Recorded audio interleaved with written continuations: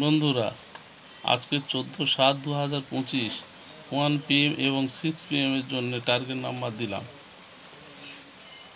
আপনারা যারা সদস্য হননি আপনাদের জন্য এই টার্গেট নাম্বারগুলো দিলাম 1 PM 6 PM। আর সদস্য হলে আপনাদের হোয়াটসঅ্যাপে পার্সোনাল টার্গেট নাম্বার দেবো 1 PM 6 PM 8 PM। এবং কীভাবে প্রথম পুরস্কার 9,000, 450, 250 পাবেন তার 2025 সালের নতুন নিয়ম আপনাদেরকে জানিয়ে দেওয়া হবে। আশা করি আপনারা পুরস্কার পাবেন। আর এই টার্গেট নাম্বার দেখে আজকের 1 PM 6 PM টিকিট কাটবেন। আশা করি আপনারা বড় ছোট সব রকমের পুরস্কার পাবেন। ধন্যবাদ।